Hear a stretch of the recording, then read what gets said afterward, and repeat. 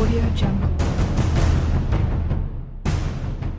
Watch WWE Presents. Steroids are a big no-no in the realm of professional wrestling. It's cheating. A top breach in WWE's wellness policy, using steroids is about as bad as grabbing Vince McMahon's arm. The first time you do it, it's a 30-day suspension. I'm D Wicket from Watch WWE, and these are the 10 WWE superstars who use steroids. Number 10, Vince McMahon. What? Well, did I stutter? Take a guess how big ol' Vinnie Mac got that big. In case you haven't seen him in Muscle and Fitness yet, he's one hell of a buff grandpa. During the steroid trial that almost left us with WCW, and oh how bad of times those would have been, Vince actually admitted that during the 80s, he himself used steroids now and then. One might call him a hypocrite to not allow steroids even though he's used them, and well, what exactly are you gonna do about it? He's the boss, damn it.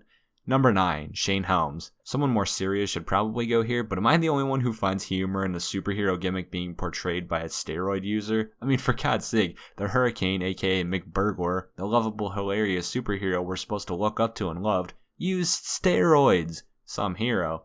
Number 8, Lex Luger. I've never really cared for the man WWE tried to turn into Hulk Hogan, something between his dumb smile, his pathetic finisher, and plus the fact that in his book Wrestling with the Devil, he admitted to the use of steroids. And he was supposed to be an American icon in the 90s. Some hero. Wait, did I already use that line? Number 7, Superstar Billy Graham. Graham not only used steroids, but he sued the WWE because he claimed they forced him to take steroids. Some nerve coming from a guy who was once a bodybuilder and worked out with Arnold Schwarzenegger during a time when steroids were commonplace in bodybuilding. His lawsuit was unsurprisingly unsuccessful. Maybe it had something to do with the fact that he had been using steroids a decade earlier. I wonder. Number 6, Randy Orton. Randy Orton has had his problems with steroids over the years. In fact, he admitted he was using them from September 2004 to February 2007, and again was caught using them in 2012. Well, you can barely even tell. If you're gonna use steroids, at least make like Brock Lesnar and really put on that weight. Number 5, Brock Lesnar. Well, just look at him. Thanks, UFC. Number 4, Ultimate Warrior. Well, we know why he was running around the ring shaking the ropes like that so much at least. Warrior was an admitted steroid user, and it really did give him the most defined body in the history of WWE, second most infamous only to Sable. Sadly, before the steroid trial came around, Warrior had to be released due to his drug use. He passed away just 2 years ago, and most believe it was related to his steroid use. Number 3, Eddie Guerrero.